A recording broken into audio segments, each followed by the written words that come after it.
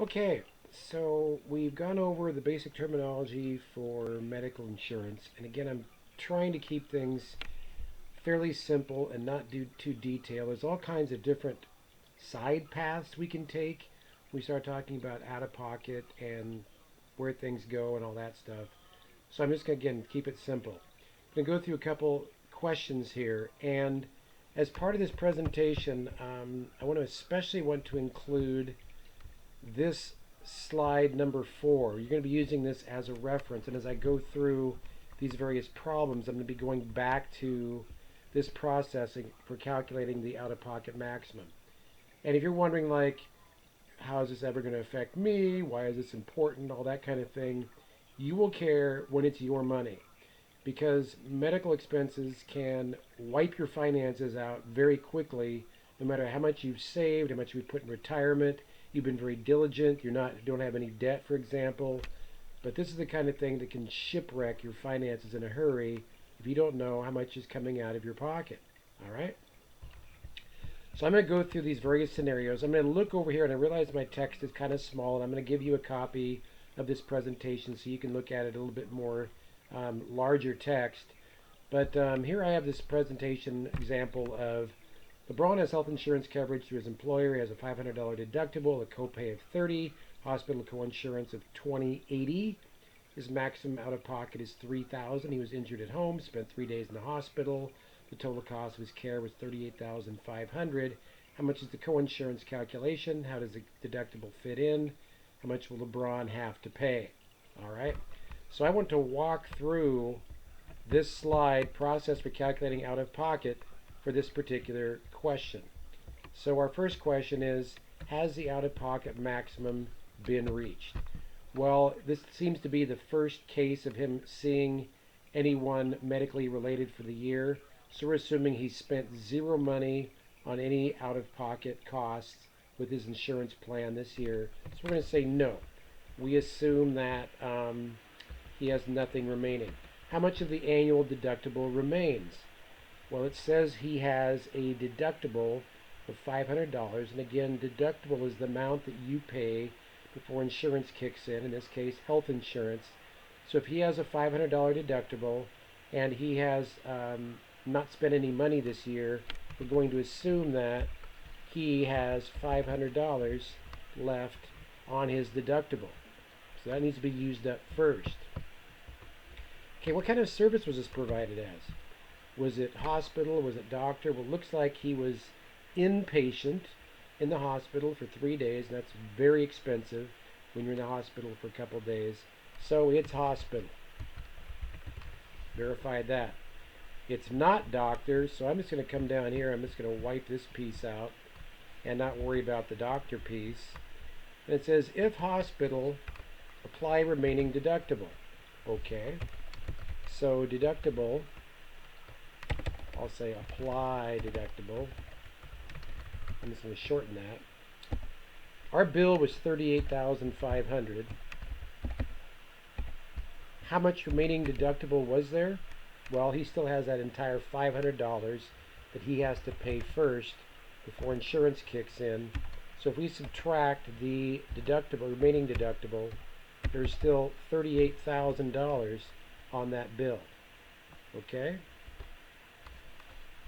So apply the deductible first. Next, it says coinsurance. We need to apply coinsurance.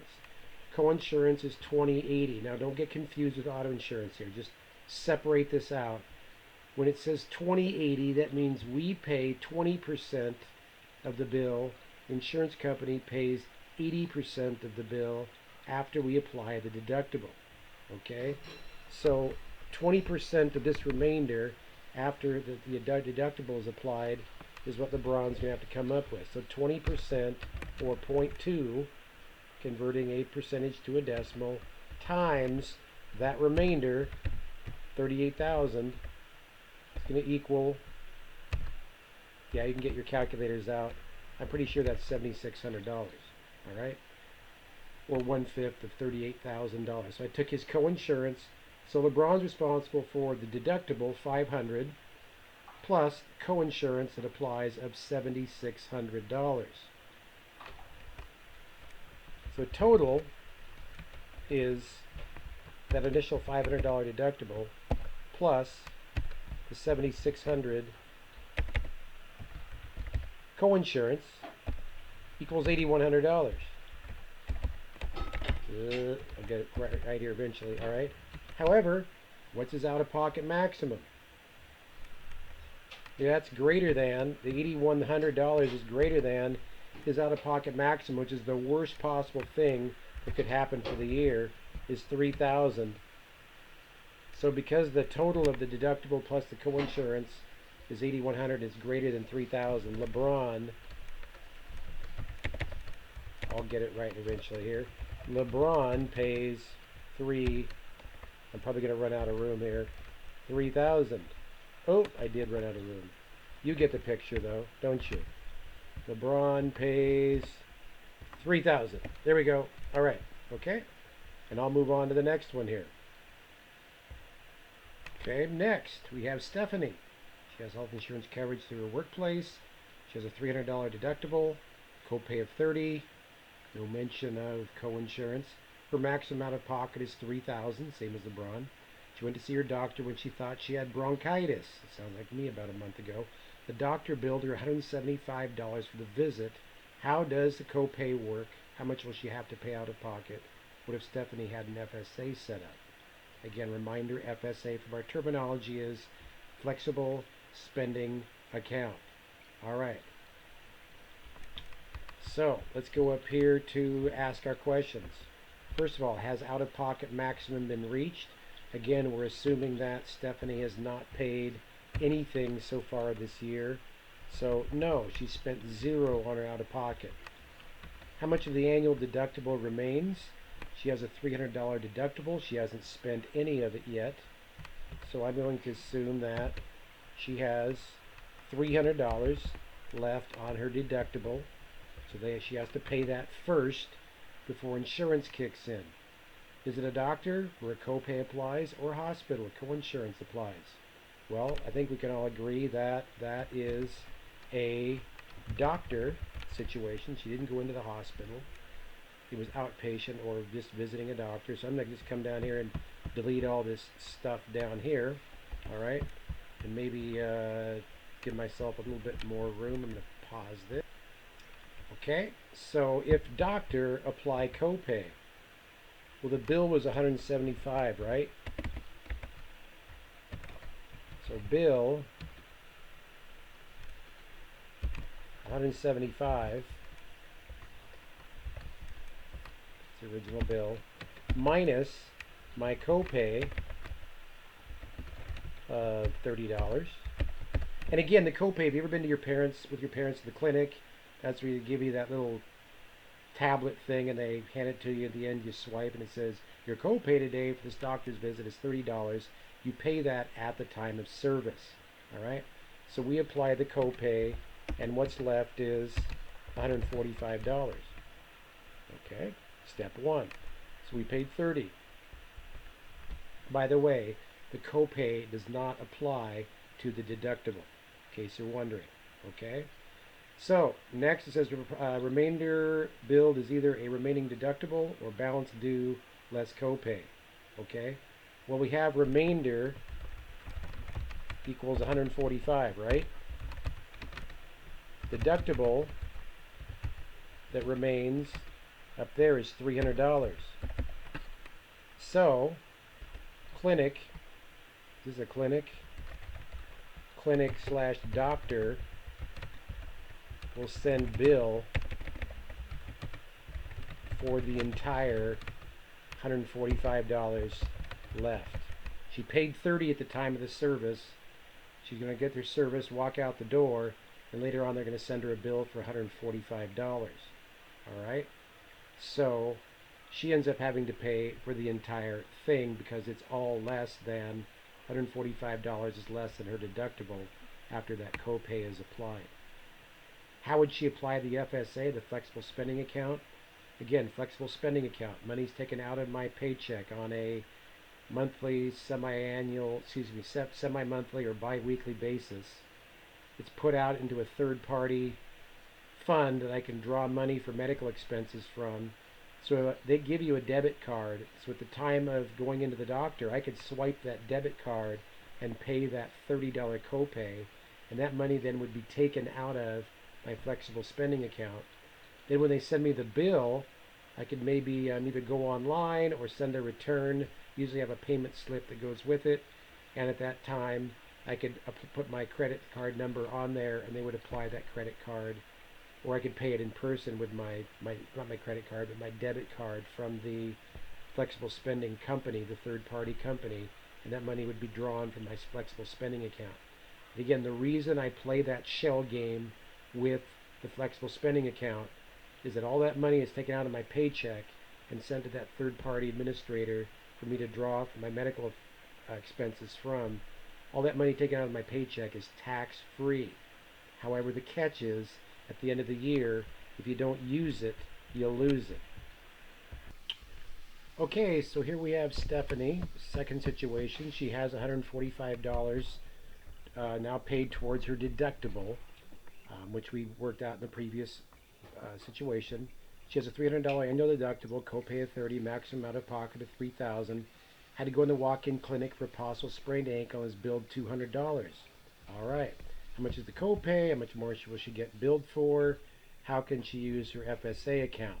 Okay, so first of all, has out-of-pocket maximum been reached? We're assuming that she has paid the $145, plus she did pay the $30 copay, which does count toward the out-of-pocket deductible.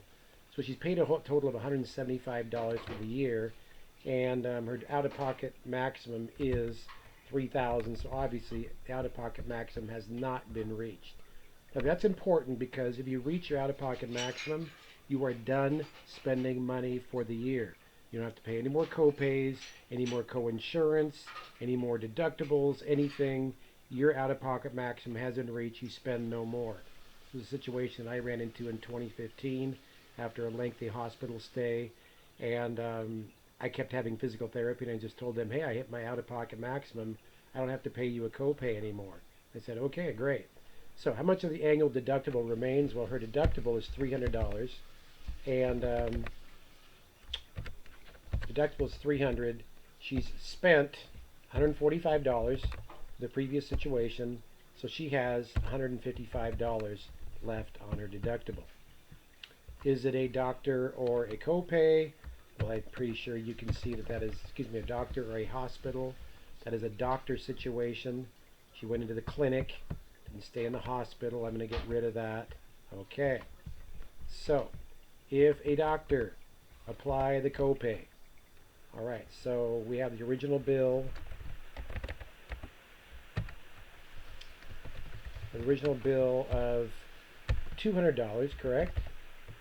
Minus the copay. I'll get my typing down eventually here. Minus our copay of $30. She's going to pay her copay up front.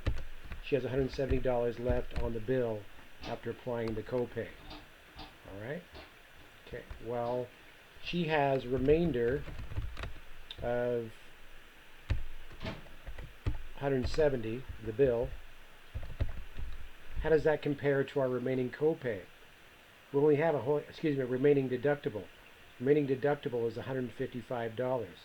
So her remainder of her bill is $170. She has remaining deductible of $155. So guess what? That remainder on the bill is greater than her remaining deductible, which is $155. So Stephanie pays $155, and she's hit her deductible for the year. And again, she could use her FSA account by paying the copay with her debit card from the FSA company that they issued to her. She could pay that remaining bill of $155 by either going in person or calling in or whatever.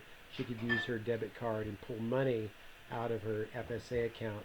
And again, that money taken out of her paycheck is tax-free. So that's the second situation. So now Stephanie has paid her entire $300 deductible. Okay, she has a $300 deductible, copay of $30, maximum out of pocket $3,000. Now she has to go and has her blood drawn to check for a viral infection, is billed a $250 lab fee. There's no co-insurance for the service. How much is the copay? How much more will she get billed for? How can she use her FSA account? Okay, let's come over here. Has her out-of-pocket maximum been reached? Well, let's see. She's paid $300 in deductible.